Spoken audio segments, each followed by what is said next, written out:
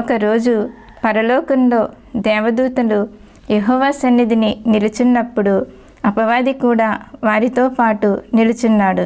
యెహోవా దేవుడు అపవాదిని చూసి, నీవు ఎక్కడి నుండి వచ్చావు అని అడిగినప్పుడు, భూమి మీద అటూ ఇటూ తిరుగుతూ వచ్చానని సమాధానమిస్తాడు. అందుకు యెహోవా, నా సేవకుడైన యోబును చూశావా?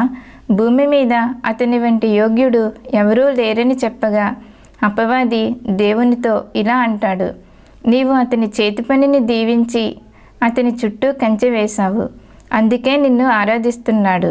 అతనికి కలిగిన సంపదలన్నీ పోయినప్పుడు నిన్ను ప్రార్థించటం మాని దూషిస్తాడు అని అపవాది అంటాడు. అప్పుడు యెహోవా, అతనికి కలిగిన సమస్తము నీ వశమున ఉన్నది, అతని ప్రాణానికి మాత్రం ఏ హాని చేయకుండా పరీక్షించమని హెచ్చరిస్తాడు. అపవాది దేవుని సన్నిధి నుండి